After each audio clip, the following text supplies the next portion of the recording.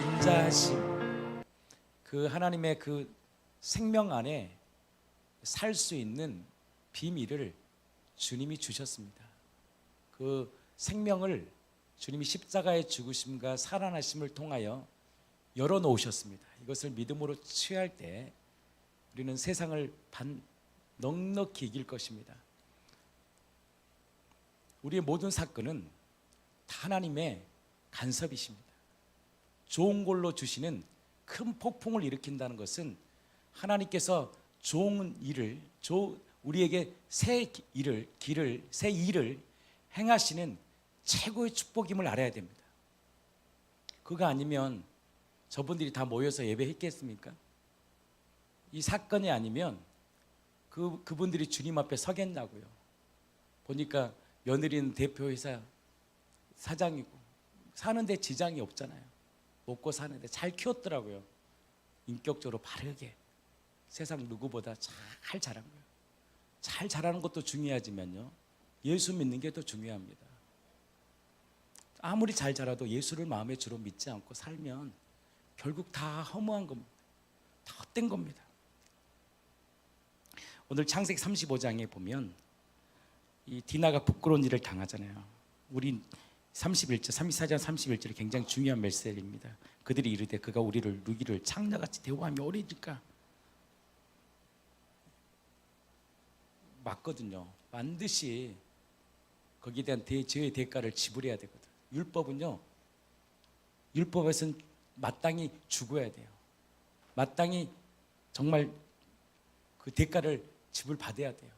그래서 죽인 거 아니에요? 처참하게 살육당합니다. 근데 하나님께서 35절에 이 야곱의 하나님이 야곱에게 말씀합시다. 일어나 베들로 가라. 이런 삶의 문제가 있으면요, 절대 인간의 방법으로 푸시면 안 됩니다. 하나님, 우리 가정에 왜 이런 일들이 일어났을까요? 그리고 주의 음성을 들으셔야 됩니다. 그때 주님은 동일하게 우리에게 말씀합니다. 베델로 올라가. 베델이 어떤 것입니까? 자기 형 피해서 진짜 내 인생 비참할 때 그 베델에서 주님을 만났거든요. 하나님을 만난 장소거든요. 하나님께 언약을 맺었던 장소거든요. 헌신의 장소거든요. 내 형 여세의 낯을 피하여 도망하던 때 내가 나타났던 하나님께서 거기서 제단을 쌓아라 하시냐, 예배하라는 거예요. 다시 주님 앞에 서라는 거예요. 그리고 2절입니다. 야곱이 이에 함께 읽겠습니다. 시작. 야곱이 이에 자기 집안 사람과 자기와 함께한 모든 자에게 이르되 너희 중에 있는 이방 신상들을 버리고 자신을 정결하게 하고 너희들의 의복을 바꿔 입으라. 우리가 일어나 베델로 올라가자. 내 환난 날에 내가 응답하시며 내가 가는 길에서 나와 함께 하신 하나님께 내가 거기서 제단을 쌓으려 하노라 하매, 그들이 자기 손에 있는 모든 이방 신상들과 자기 귀에 있는 귀고리들을 야곱에게 주는 베델로 딱 올라가요. 거기서 끝나면 안 돼. 거기서 어떤 일이 일어나냐면 회개의 역사가 일어납니다. 모든 이방 신상들. 그러니까 야곱의 가족들 중에서도 누가 있었다? 이방신을 섬기는 자들이 있었다. 자녀들 중에. 우리도 동일하잖아요. 지금 똑같이 예수를 믿어도 어떤 사람 예수를 잘 믿지만 그렇지 않은 우상 숭배하는 자녀들도 많거든. 동일합니다. 근데 이 사건을 통해서 하나님이요, 이에 그들 안에 있는 모든 이방 신상들과 자기 귀에 있는 귀고리들을 야곱에게 줍니다. 이건 의미가 있습니다. 그냥 성경에 기록된 게 아닙니다. 그것들을 세겜 근처 상수리 나무 아래 묻어요. 상수리 나무라는 의미는 어떤 의미냐? 참나무예요. 크고 강한 나무입니다. 성경에서 이 상수리 나무에 대해서 성경은 계속 언급합니다. 언제냐면 아브라함이 처음 하나님께 제단을 쌓은 곳이 어디입니까? 모래 상수리 나무. 여호수아가 이스라엘 백성과 하나님 사이에 언약을 맺은 곳이 어디냐? 바로 세겜 상수리 나무. 그러니까 상수리 나무라는 것은 어떤 곳이냐? 영적으로 하나님과의 관계, 언약을 새롭게 하는 장소가 어디냐? 상수리 나무.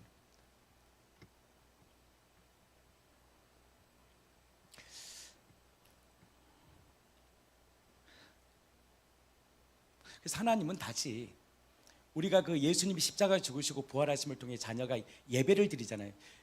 우리가 매일 드리는 이 주일날 예배의 핵심이 뭐냐면 하나님과의 관계를 새롭게 하는 거예요. 다시 정리하는 거예요. 예배를 통하여 더 새롭게 하고 전진해 나가는 거예요. 결단하는 시간이에요. 그리고 그 하나님이 주신 언약을 기억하는 것이 예배입니다. 또 이 상수리 나무가요, 또 어떤 곳이었냐면 우상 숭배하는 것입니다. 기드온이 아버지와 바알 제단을 헐고 하나님의 제단을 쌓은 곳이 어디냐? 그 우상 숭배를 이렇게 말을 잘못했네. 우상 숭배한 게 죄송합니다. 우상 숭배를 청산하는 곳이야. 그러니까 하나님께 드린 임재를 통해서 우리가 뭘 경험하느냐? 우리 안에 있는 우상 막 제거하는 거예요. 어떤 믿음이냐? 십자가로 제거되었다는 것을 끊임없이 경험하고 믿음하는 것, 믿음을 드리는 곳이 어디냐? 예배하는 곳입니다. 거기서 상수나무에서 바알 제단을 헐어버립니다. 제단을 다 헐어버려요. 사사들이 백성을 심판하고 우상을 제거한 장소가 어디였느냐? 상수리 나무. 그래서 야곱이 이방 신상과 귀고리를 상수리 나무 아래 묻습니다. 처리 방법이에요. 뭐예요?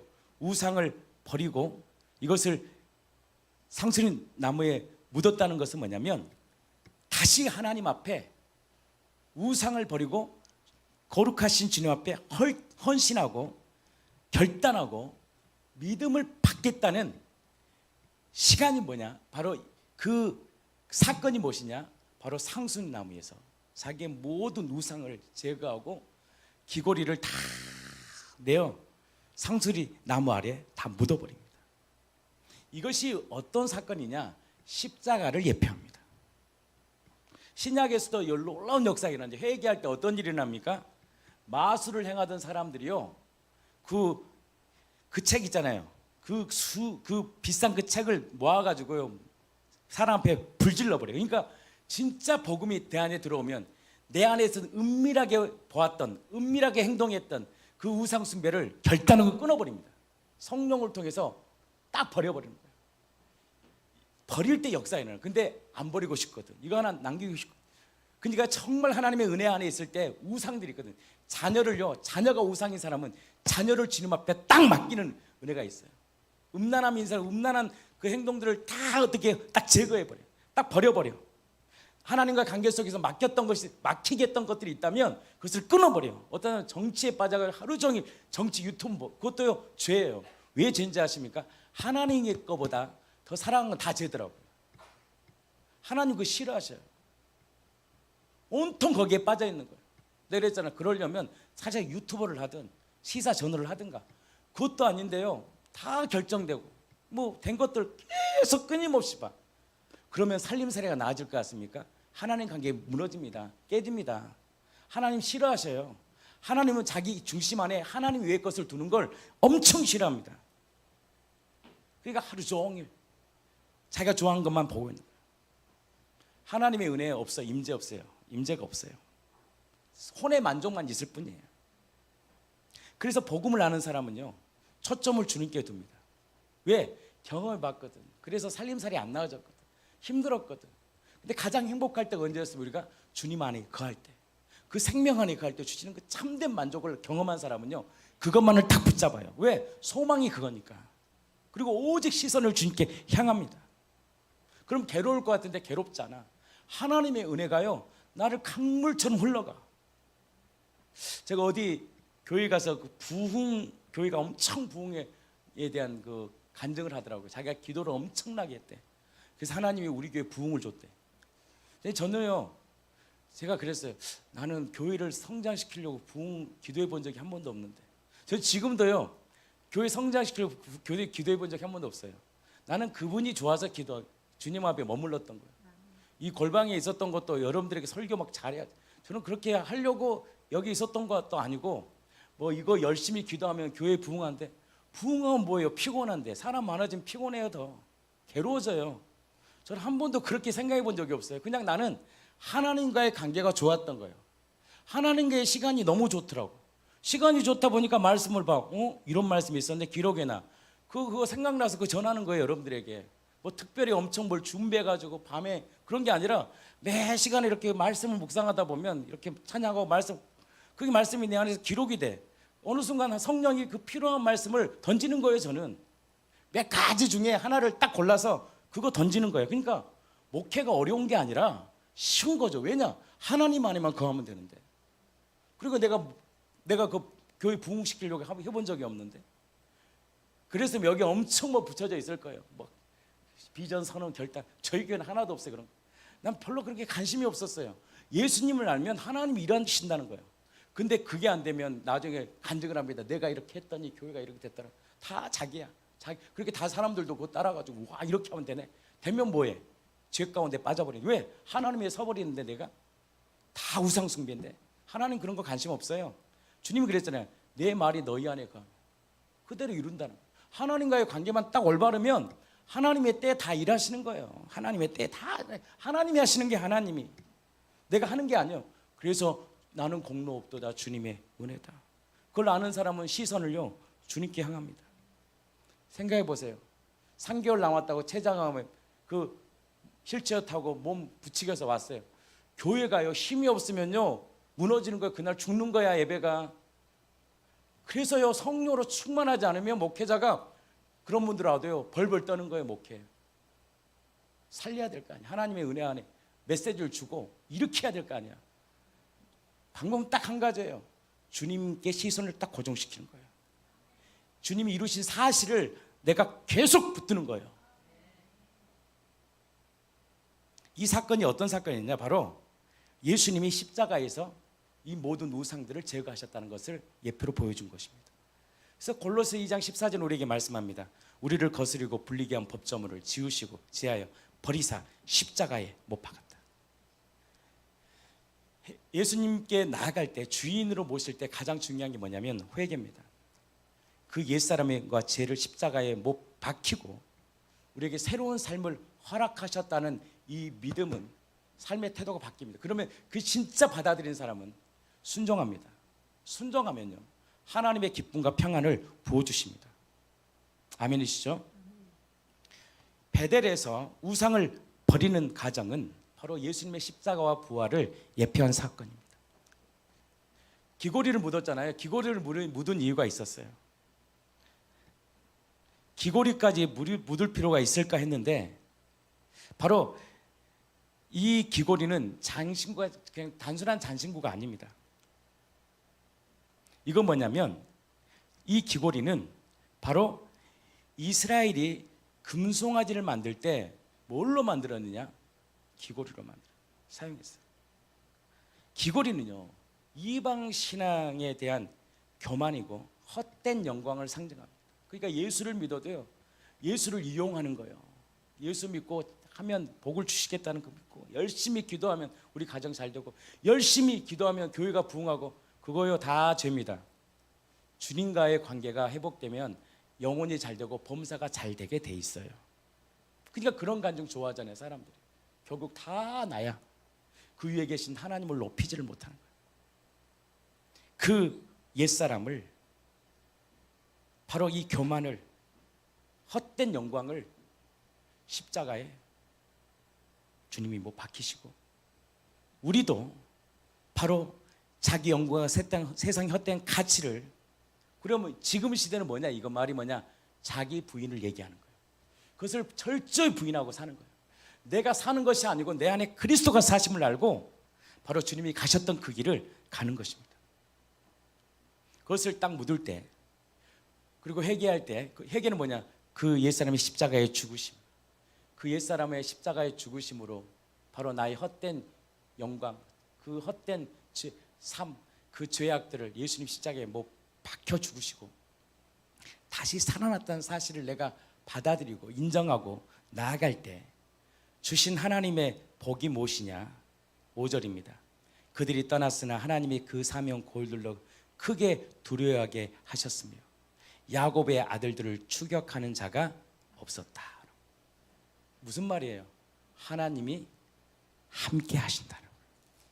하나님이 그의 이름 함께 하시고 이름을 바꿔주십니다. 야곱에서 그때부터 너는 이제 야곱이 아니다. 뭐라고 말씀합니다? 합니까? 다시는 야곱이라 부르지 마. 이 사건이 딱 이후에 이제는 야곱이라 부르지 않습니다. 그의 이름을 새롭게 합니다. 그의 이름은 이스라엘이라. 그게 10절 말씀입니다. 11절 하나님은 그에게 이르시되 나는 전능한 하나님이라. 그리고 사명을 줍니다. 생육하고 번성하라. 한 백성과 백성들 총회에 내게서 나오고 왕들이 내 허리에서 나오리라. 내가 아브라함과 이삭에게 준 땅을 내게 주고 내 후손에게 그 땅을 주리라 하시고 하나님이 그와 말씀하시는 곳에서 그를 떠나 올라가신지라. 그리고 그곳에서 자신의 전부를 드려 예배를 드립니다. 바로 이것이 바로 하나님을 주로 믿는 자에게 주시는 놀라운 복입니다. 야곱 같은 내 인생에 뭘로 바뀐 거예요? 이름이 바뀌었어요. 새로운 피조물로 우리를 바꿔주신 거예요. 이름이 뭐예요? 이스라엘. 하나님과 겨루 이긴 자, 복받을 자, 축복의 통로로 우리를 부르셨습니다. 누가? 전제물을 다 드리는 붓고 정말 우리에게 생명을 주신 예수님, 그분이 우리의 인생과 삶을 바꿔놓으셨습니다. 그 예수님을 꽉 붙들고 예수님이 주신 약속의 말씀을 꽉 붙들고 살 때 하나님은 그의 인생과 삶을 통해서 자신의 영광을 드러내십니다. 나는 사랑하는 여러분들과 이 교회를 통해서 이 마지막 시대 그리스도의 복음의 광채가 마음껏 비추기를 원합니다. 시선을 주님께 고정하십시오. 그리고 주님이 주시는 풍성한 생명을 누리십시오. 중독을 이길 수 있는 방법은 중독을 이겨야지 막 몸부림친다고 되는 게 아니야. 그러면요 중독이 더 와요. 그래서 청년들이 막 집회 끝나고 집회 때는 은혜 받지만 집에 가서 한 3, 4일 되면 죄를 더 짓는 게 뭐냐면 은혜를 받고 나면 당겨요. 굉장히 뭔가 당겨요. 영적인 만족이 되면 마귀가 가만히 있지 않습니다. 그때 누구를 만나야 되느냐? 예수를 발견해야 돼요. 성령 속에 계신 예수님을 만나요. 그러니까 마태복음 16장에 보면 그게 있잖아요. 물 없는 곳으로 가다가 이제 회개했어. 완전 기쁨이죠. 이제 뭔가가 이제 하나님 새로운 마음을 줬어. 거기에 뭘로 채워야 되느냐? 예수님으로 채우셔야 돼요. 예수님을 기억해야 되고 예수님이 이루신 약속의 말씀을 붙들고 나의 마음과 시선이 주님께 향할 때 주님이 뭘 주시느냐? 우리에게 중독을 이길 수 있는 희락과 기쁨을 주십니다. 중독은요 그 기쁨을 누려야 돼요. 내 배에서 생수의 강이 흘러가야 돼요. 여러분들 생수의 강이 흘러가면요 나타나는 열매들이 있습니다. 일단은요 과식을 안 하게 돼요. 탐심이 사라져요.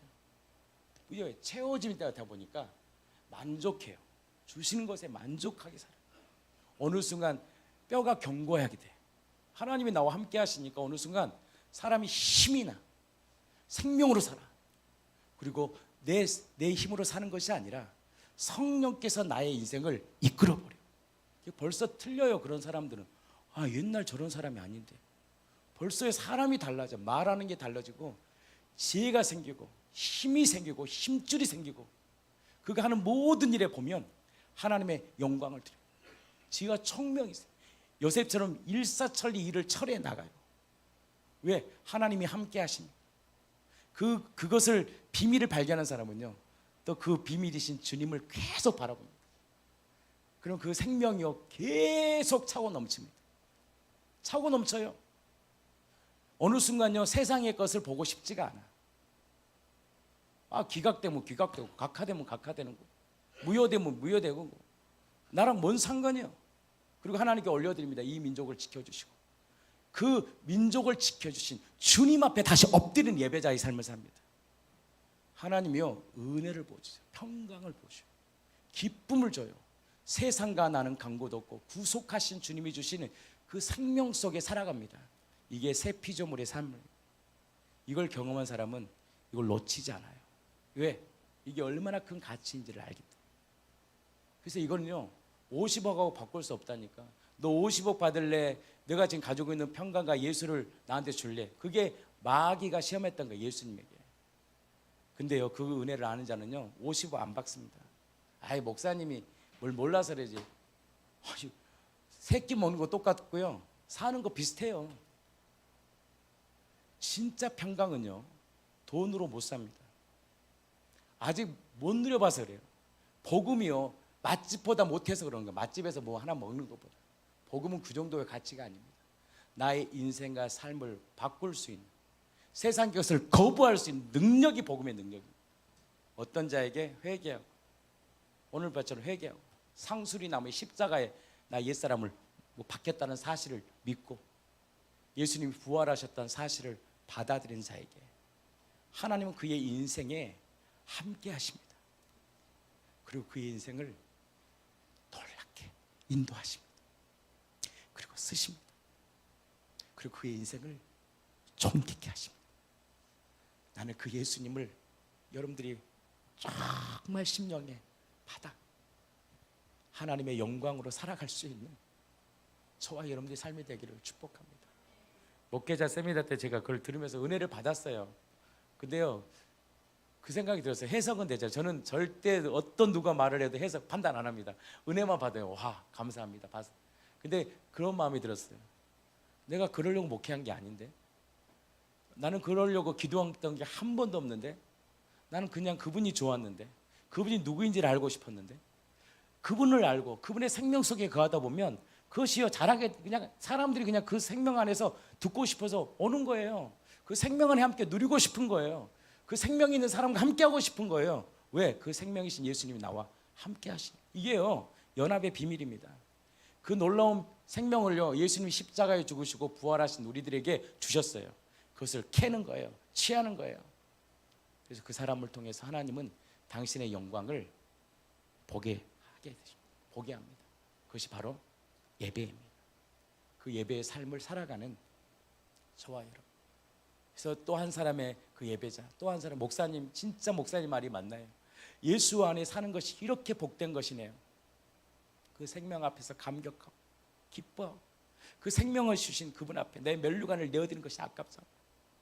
그 생명 앞에 털어도 그 생명에 은혜가 흘러갈 수 있는 인생.